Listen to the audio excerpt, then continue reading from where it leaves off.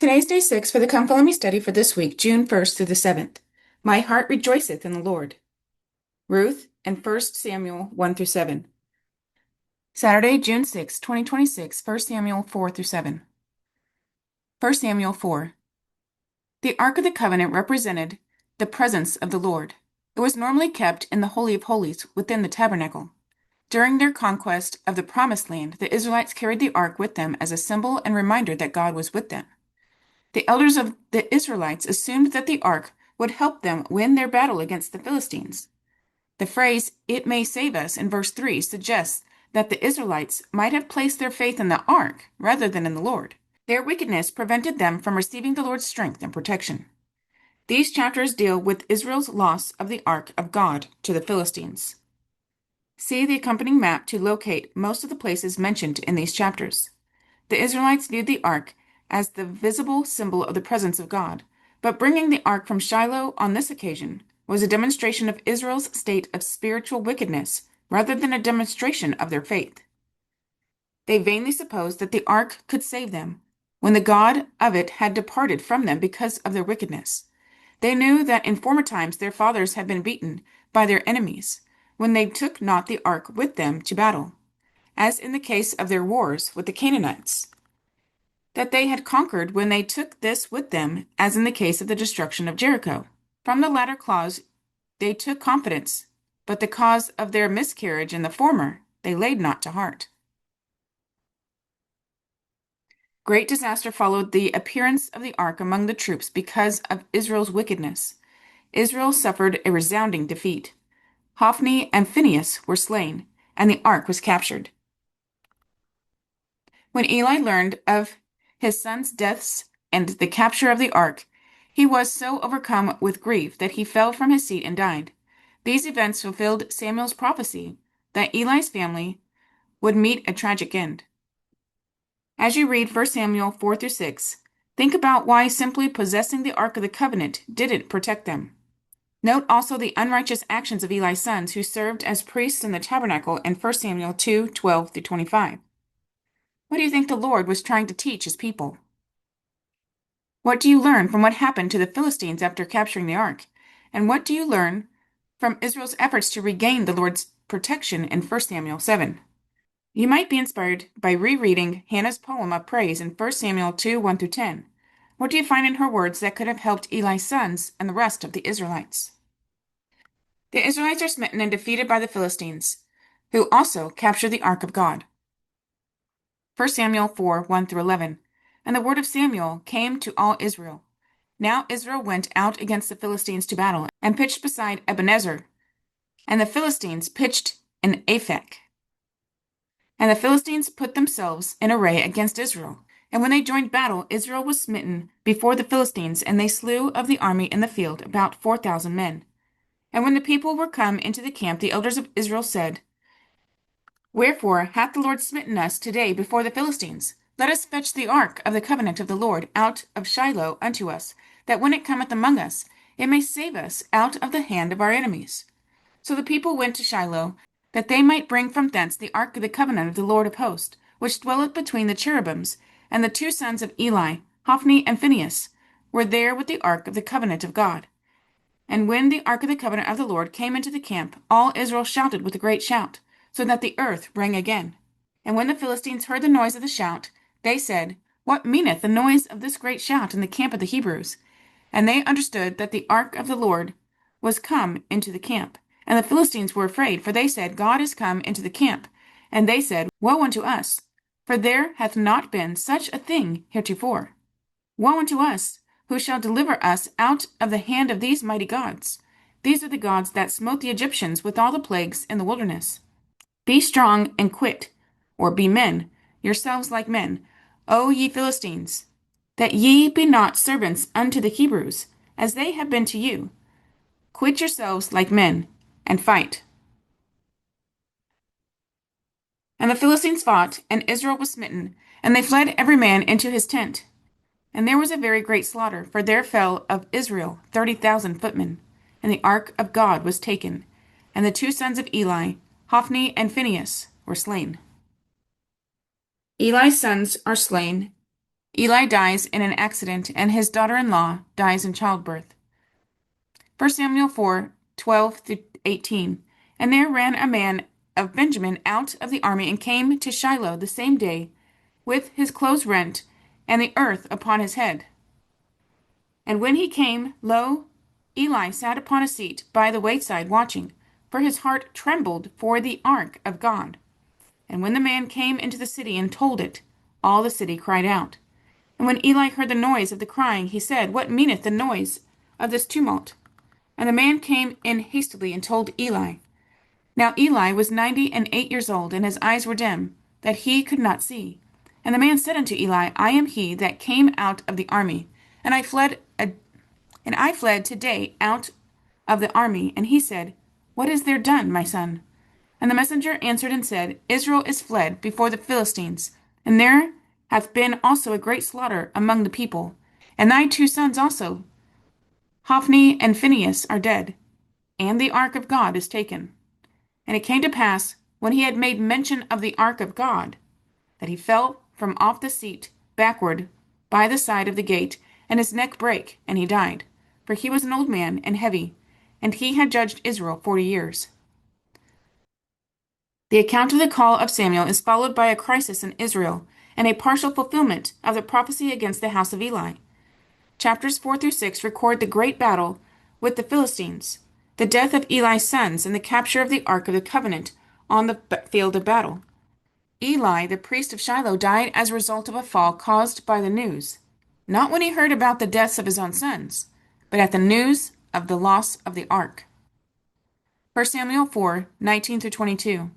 And his daughter-in-law, Phinehas' wife, was with child, near to be delivered. And when she heard the tidings that the ark of God was taken, and that her father-in-law and her husband were dead, she bound herself and travailed, for her pains came upon her. And about the time of her death, the woman that stood by her said unto her, Fear not, for thou hast borne a son. But she answered not, neither did she regard it. And she named the child Ichabod, or Where is the glory? Saying, The glory is departed from Israel, because the ark of God was taken, and because of her father-in-law and her husband. And she said, The glory is departed from Israel, for the ark of God is taken. 1 Samuel 5. The Philistines placed the ark in the house of Dagon, their god. 1 Samuel 5:1-2. And the Philistines took the ark of God and brought it from Nebuchadnezzar unto Ashdod. When the Philistines took the ark of God, they brought it into the house of Dagon, and set it by Dagon. Dagon was one of the gods the Philistines worshipped. The Philistines believed that Dagon had given them victory over Jehovah and the Israelites. Since the Philistines believed that Dagon had given them victory over Israel, the ark was brought into Dagon's temple and deposited at his feet as a war trophy. 1 Samuel 5:3-4. And when they of Ashdod arose early on the morrow, behold, Dagon was fallen upon his face to the earth before the ark of the Lord. And they took Dagon and set him in his place again. And when they arose early on the morrow morning, behold, Dagon had fallen upon his face to the ground before the ark of the Lord, and the head of Dagon, and both the palms of his hands were cut off upon the threshold. Only the stump of Dagon was left to him. On the second morning, the Philistines discovered that the statue of Dagon had fallen face down before the ark, with its head and the palms of its hands broken off. 1 Samuel 5:5. Therefore, neither the priests of Dagon, nor any that come into Dagon's house, tread on the threshold of Dagon in Ashdod unto this day. The Philistines in Ashdod, then Gath, and then Ekron, are plagued and slain because the ark is lodged with them. 1 Samuel 5:6-12. But the hand of the Lord was heavy upon them in Ashdod, and he destroyed them and smote them with emerods, or tumors or boils, even Ashdod, and the coasts thereof. And when the men of Ashdod saw that it was so, they said, The ark of the God of Israel shall not abide with us, for his hand is sore upon us, and upon Dagon our God. They sent therefore and gathered all the lords of the Philistines unto them, and said, What shall we do with the ark of the God of Israel? And they answered, Let the ark of the God of Israel be carried about unto Gath. And they carried the ark of the God of Israel about thither. And it was so, that after they had carried it about, the hand of the Lord was against the city with a very great destruction. And he smote the men of the city, both small and great, and they had emerods in their secret parts. Therefore they sent the ark of God to Ekron. And it came to pass, as the ark of God came to Ekron, that the Ekronites cried out, saying, They have brought about the ark of the God of Israel to us, to slay us and our people.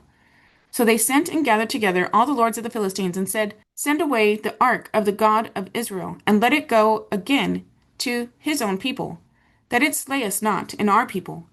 For there was a deadly destruction throughout all the city. The hand of God was very heavy there. And the men that died not were smitten with the emerods, and the cry of the city went up to heaven. The Lord sent a plague of emerods, possibly tumors or boils, and mice upon the Philistines, which ceased only when the ark was returned to the Israelites. These events demonstrated Jehovah's superiority over Dagon, because the word translated emerod means an inflamed tumor.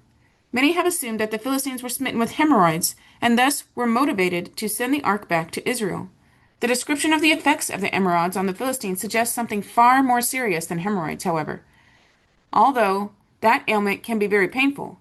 Many died, and those who did not seem to have endured great suffering. Josephus indicated that it was a very destructive disease involving dysentery, bleeding, and severe vomiting. Josephus also mentioned a great plague of mice that accompanied the disease, although no direct mention is made of the plague of rodents. When the Philistines sought to placate Jehovah's wrath upon them by returning the ark, they sent 5 golden emerods and 5 golden mice as well. The severity of the disease and the fact that rodents were involved lead many scholars to conclude that what smote the Philistines was bubonic plague. Bubonic plague gets its name from the bubos or tumor swellings in the lymph glands. These tumors settle particularly in the area of the groin. This fact would explain the secret parts mentioned in 1 Samuel 5:9.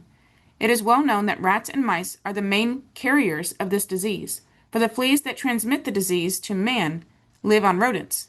The disease is accompanied by great suffering and pain, and the fatality rate may run as high as 70% in a week's time. Small wonder that the Philistines were anxious to return the ark to Israel. The ancient Philistines were very superstitious. They, like many others during the world's history, believed that an image made to represent an actual object might be used to ward off evil powers. Such appears to have been their thinking in making golden images of the emerods and the mice, and sending them as a trespass offering with the ark back to Israelite territory. 1 Samuel 6. The Philistines send back the ark with an offering. 1 Samuel 6, 1 through 18. And the ark of the Lord was in the country of the Philistines 7 months. And the Philistines called for the priests and the diviners, saying, What shall we do to the ark of the Lord? Tell us wherewith we shall send it to his place. And they said, If ye send away the ark of the God of Israel, send it not empty, but in any wise return him a trespass offering. Then ye shall be healed, and it shall be known to you why his hand is not removed from you. Then said they, What shall be the trespass offering which we shall return to him? They answered, 5 golden emerods and 5 golden mice, according to the number of the lords of the Philistines. For one plague was on you all, and on your lords. Wherefore ye shall make images of your emerods and images of your mice that mar the land, and ye shall give glory unto the God of Israel. Peradventure he will lighten his hand from off you, and from off your gods, and from off your land. Wherefore then do you harden your hearts, as the Egyptians and Pharaoh hardened their hearts, when he had wrought wonderfully among them? Did they not let the people go, and they departed? Now therefore make a new cart, and take 2 milk kine, or milk cows, on which there hath come no yoke, and tie the kine to the cart, and bring their calves home from them. And take the ark of the Lord, and lay it upon the cart, and put the jewels of gold, which ye return him from a trespass offering, in a coffer, or a basket, a chest, a trunk, especially for valuables, by the side thereof, and send it away, that it may go. And see, if it goeth up by the way of his own coast to Beth Shemesh, then he hath done us this great evil. But if not, then we shall know that it is not his hand that smote us. It was a chance that happened to us. And the men did so, and took 2 milk kine, and tied them to the cart, and shut up their calves at home. And they laid the ark of the Lord upon the cart, and the coffer, with the mice of gold, and the images of their emerods. And the kine took the straight way to the way of Beth Shemesh, and went along the highway, lowering as they went, and turned not aside to the right hand or to the left. And the lords of the Philistines went after them unto the border of Beth Shemesh. And they of Beth Shemesh were reaping their wheat harvest in the valley. And they lifted up their eyes and saw the ark, and rejoiced to see it. And the cart came into the field of Joshua, a Beth Shemite, and stood there, where there was a great stone. And they clave, or split, or cut up the wood of the cart, and offered the kine a burnt offering unto the Lord. And the Levites took down the ark of the Lord, and the coffer that was with it, wherein the jewels of gold were, and put them on the great stone. And the men of Beth Shemesh offered burnt offerings and sacrificed sacrifices the same day unto the Lord. And when the 5 lords of the Philistines had seen it, they returned to Ekron the same day. And these are the gold emerods which the Philistines returned for a trespass offering unto the Lord. For Ashdod 1, for Gaza 1, for Askelon 1, for Gath 1, for Ekron 1. And the golden mice according to the number of all the cities of the Philistines belonging to the 5 lords, both the fenced or fortified cities, and of country villages, even unto the great stone of Abel, whereon they set down the ark of the Lord, which stone remaineth unto this day in the field of Joshua, the Bethshemite. The Lord smites and slays the Israelites in Bethshemesh, who look into the ark. 1 Samuel 6:18-21. And he smote the men of Bethshemesh because they had looked into the ark of the Lord. Even he smote of the people 50,000 and threescore and 10 men. And the people lamented, because the Lord had smitten many of the people with a great slaughter. And the men of Bethshemesh said, Who is able to stand before this holy Lord God? And to whom shall he go up from us? And they sent messengers to the inhabitants of Kirjath Jearim, saying, The Philistines have brought again the ark of the Lord. Come ye down and fetch it up to you. Exactly what they did to bring the curse upon them is not clear. If it was merely looking upon the ark, then one wonders why all were not smitten. Bible scholars have indicated that the Hebrew word translated looked actually means to look upon or at a thing with lust or malicious pleasure. Remembering that the lid of the ark with the cherubim on it was solid gold, and the ark itself was covered with gold plating, it is possible that these residents of Beth Shemesh looked upon the ark with covetous eyes, or at least upon the golden emerods and mice that were sent with it. But whatever the specific reason for the deaths, the lesson was clear. The Ark of the Covenant was a physical symbol of the living presence of Jehovah. Any unholiness, whether Philistine or Israelite, was not to be tolerated. 1 Samuel 7. Samuel exhorts Israel to forsake Ashtaroth and Balaam and serve the Lord. 1 Samuel 7, 1-3. And the men of Kirjath Jearim came and fetched up the ark of the Lord and brought it into the house of Abinadab in the hill, and sanctified Eleazar his son to keep the ark of the Lord. And it came to pass, while the ark abode in Kirjath Jearim, that the time was long, for it was 20 years, and all the house of Israel lamented after the Lord. And Samuel spake unto all the house of Israel, saying, If ye do return unto the Lord with all your hearts, then put away the strange gods of Ashtaroth, or the images of the fertility goddess, from among you, and prepare your hearts unto the Lord, and serve him only, and he will deliver you out of the hand of the Philistines. Israel fasts and seeks the Lord. 1 Samuel 7, 4-6. Then the children of Israel did put away Balaam and Ashtaroth, and serve the Lord only. And Samuel said, Gather all Israel to Mizpah, and I will pray for you unto the Lord. And they gathered together in Mizpah, and drew water, and poured it out before the Lord, and fasted on that day, and said there, We have sinned against the Lord. And Samuel judged the children of Israel in Mizpah. The Philistines are subdued. 1 Samuel 7, 7-9. And when the Philistines heard that the children of Israel were gathered together to Mizpah, the lords of the Philistines went up against Israel. And when the children of Israel heard it, they were afraid of the Philistines. And the children of Israel said to Samuel, Cease not to cry unto the Lord your God for us, that he will save us out of the hand of the Philistines. And Samuel took a sucking lamb and offered it for a burnt offering holy unto the Lord. And Samuel cried unto the Lord of Israel, and the Lord heard or answered him. Although the Lord mostly withheld the Melchizedek priesthood from the Israelites when he instituted the law of Moses, it was not entirely removed from the earth. The prophet Joseph Smith taught that all the prophets had the Melchizedek priesthood. This would presumably include Samuel, who was recognized by all of Israel as a prophet of the Lord. Because Samuel held the Melchizedek priesthood, he was authorized to offer sacrifices and perform other duties that were typically reserved for Levite priests. 1 Samuel 7:10-12. And as Samuel was offering up the burnt offering, the Philistines drew near to battle against Israel. But the Lord thundered with a great thunder on that day upon the Philistines and discomforted them, or caused them confusion. And they were smitten before Israel. And the men of Israel went out of Mizpah and pursued the Philistines and smote them until they came under Bethkar. Then Samuel took a stone and set it between Mizpah and Shin, and called the name of it Ebenezer, or the stone of help, saying, Hitherto hath the Lord helped us. After the Israelites defeated the Philistines, Samuel set up a stone he called Ebenezer as a monument to remember the Lord. The Hebrew meaning of Ebenezer is the stone of help. 1 Samuel 7:13.